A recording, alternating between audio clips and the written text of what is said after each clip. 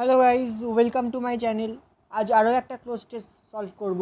এর আগেও অনেকগুলি ক্লোজ টেস্ট সলভ করেছি, প্লাস যে প্রিভিয়াস ইয়ার পেপার সলভ করছি সেখানেও অনেক ক্লোজ টেস্ট সলভ করেছি। সেগুলো দেখে না থাকলে তার লিঙ্ক আমি আই বাটনে এবং ডিসক্রিপশন বক্সে দিয়ে রাখবো, সেখান থেকে অবশ্যই ক্লাসগুলি দেখে নেবে। সেখানে আমি অনেক ক্লোজ টেস্ট সলভ করেছি। আজকে আরও একটা ক্লোজ টেস্ট সলভ করব। এটা এসএসসি সিজিএল পরীক্ষায় টিয়ার 2 এক্সামে এসছে। একটি সহজ ক্লোজ টেস্ট, কিন্তু টিয়ার 2তে আসা। চলো, তার আগে বলি যে সমস্ত ক্লাসের নোটিফিকেশন ও লিঙ্ক পাওয়ার জন্য অবশ্যই আমার টেলিগ্রাম চ্যানেলটি জয়েন করে নেবে। আমার টেলিগ্রাম চ্যানেলের লিঙ্ক আমি ডিসক্রিপশন বক্সে দিয়ে রেখেছি, অথবা টেলিগ্রাম অ্যাপে গিয়ে সার্চ করতে পারো প্রীতম শাহ 56 এবং সেখান থেকেও আমার টেলিগ্রাম চ্যানেলটি জয়েন করতে পারো। চলো আজকের ক্লোজ টেস্ট দেখো। বলছে the Masais live in dash very beautiful part of Africa.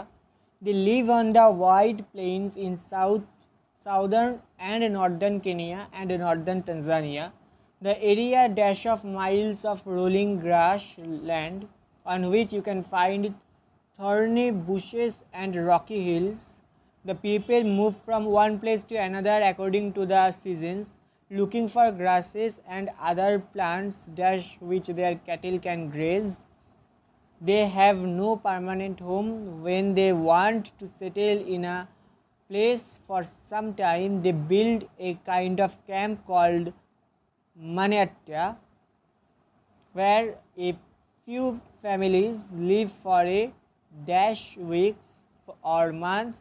Then they move on again, taking their few belongings with them and burning the old Maniatta to the ground.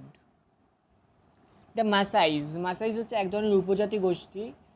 Leave in dash very beautiful part of Africa. দেখো sentence কীভাবে construction করা হয়।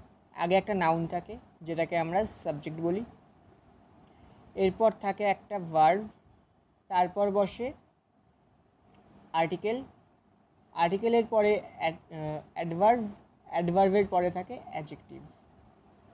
এটাই sentence construction, এইভাবেই sentence construction হয়ে থাকে। তো অ্যাডজেক্টিভের আগে বসছে কি অ্যাডভার্ব, বিউটিফুল অ্যাডজেক্টিভ, তার আগে অ্যাডভার্ব বসেছে।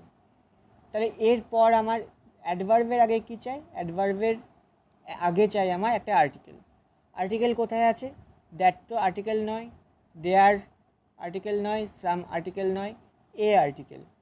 তাহলে এ হয়ে যাবে answer. The Masais live in a very beautiful part of Africa. একটা খুব সুন্দর আফ্রিকার একটা অংশে মাসাইজ বাস করে। They live on the white plains in southern and northern Kenya and northern Tanzania. The area dash of miles of rolling grassland. এই যে এরিয়াটা, এটাতে রয়েছে একটা বিশাল বড় একটা তৃণভূমি রয়েছে। দেখো এটা তোমরা জানবে যে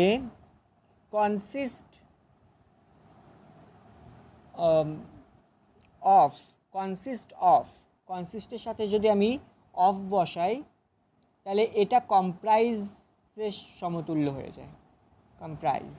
কম্প্রাইজ মানে কনসিস্ট অফ।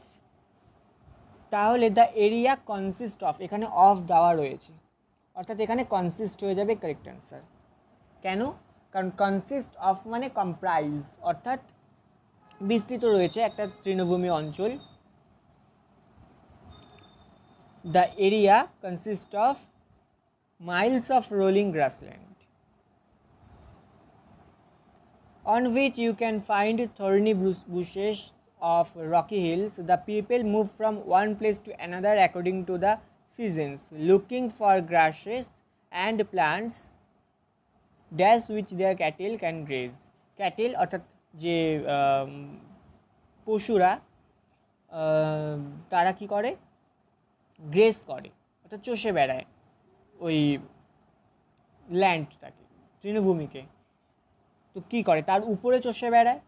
তাহলে উপরে চষে বেড়ায় মানে কি, on which their cattle can graze. Option 3, on which their cattle can graze. Option 3 হয়ে যাবে এক্ষেত্রে কারেক্ট অ্যান্সার, অন।